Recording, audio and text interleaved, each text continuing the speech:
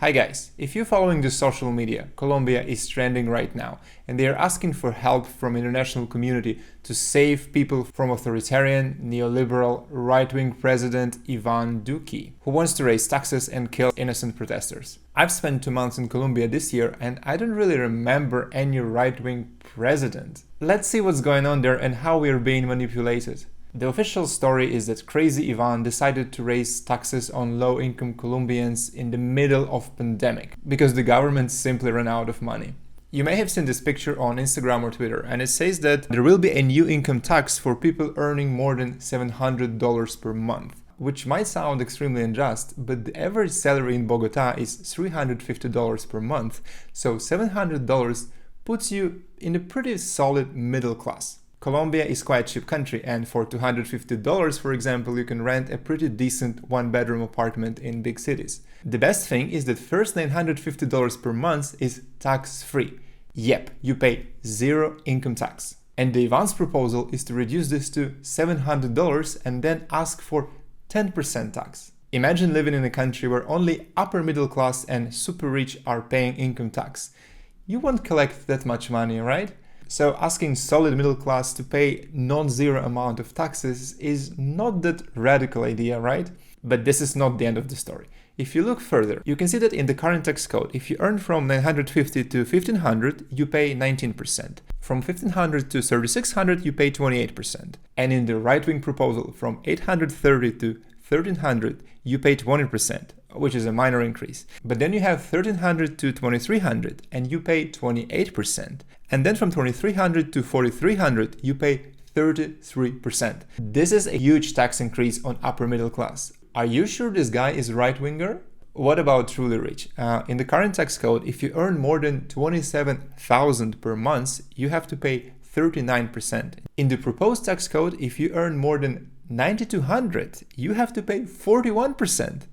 This is an enormous tax increase on rich. When Trump did his tax reform, he cut the income tax rate for the rich and removed $4,000 personal exemption, which effectively makes middle class to pay a little bit more of taxes. This is an example of truly right-wing proposal. And Ivan Duque is a left-winger, or probably he's just an idiot because increasing tax for the middle class and rich in the same time is never a good idea. In addition, he proposed a temporary wealth tax. So you have to pay 1% if your wealth is over $1.4 million and 2% if it's over $4 million. Is he right-wing? Really?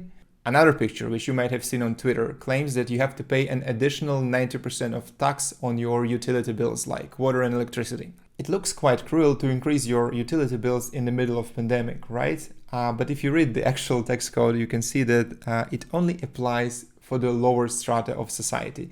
In Colombia, every house belongs to certain strata from 1 to 6. 1 is the poorest and 6 is the richest. And stratum 1, 2 and 3 are exempt from this tax, meaning that the lower half of the people are not going to pay that.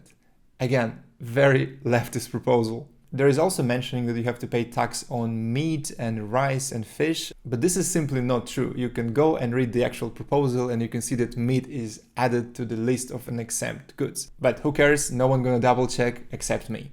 So, it looks like all these innocent people are actually opposing a left-wing idiot president. But to get an international attention, they need to call him a right-wing neoliberal, because left is trendy now and you can't be really against it.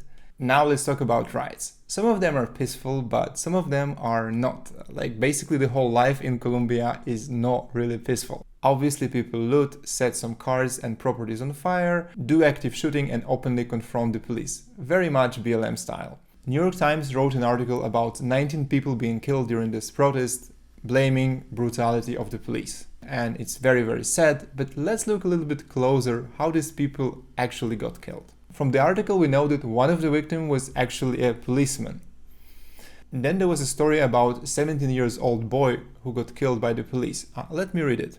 Several instances of police abuse have been captured on video in recent days, including one in which a young protester is seen kicking a police officer on a motorbike. The video shows the officer responds by shooting at the protesters as he runs away. One more time. Police abuse is when a young protester kicks the policeman. This is very BLM logic. In addition, you can Google and find the video of that accident. Well, that's a very brutal attack, and policemen had all rights for self-defense. It's still a very tragic and avoidable loss, but it's justifiable by law. Former Colombian President Álvaro Uribe wrote the following on his Twitter: "The right of soldiers and police officers to use their weapons to defend themselves against terrorism."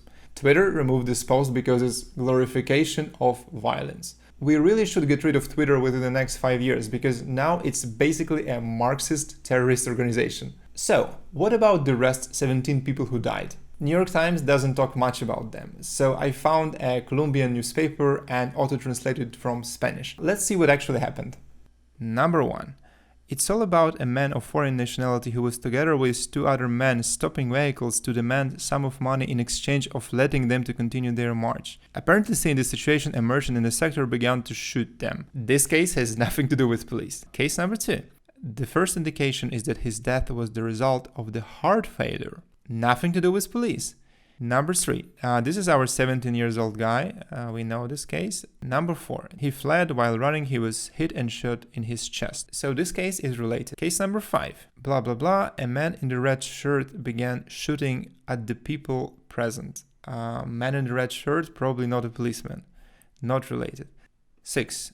It was then that the situation on the street heated up and they began to confront the authorities, who respond by shooting at the protesters. This case is legit. Number 7, there was a confrontation with police, and it's unclear whether this young man was killed by the police or by some protester. Number 8, unknown.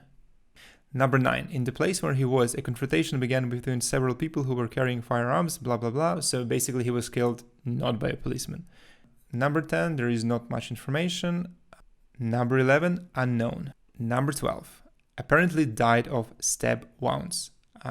Police is not involved at all. Number 13, again found with swab wounds, and it looks like it's a robbery. Number 14, there is an old guy who presumably died of tear gas. This is a very sad case, but it's not related to police violence. Number 15, killed by the police. Number 16, the guy killed by the police, and it's a big story. And number 17, the same guy killed by the police. Number 18, it's related to the police, but it's not related to the national strike. It's basically some neighborhood shooting with the police.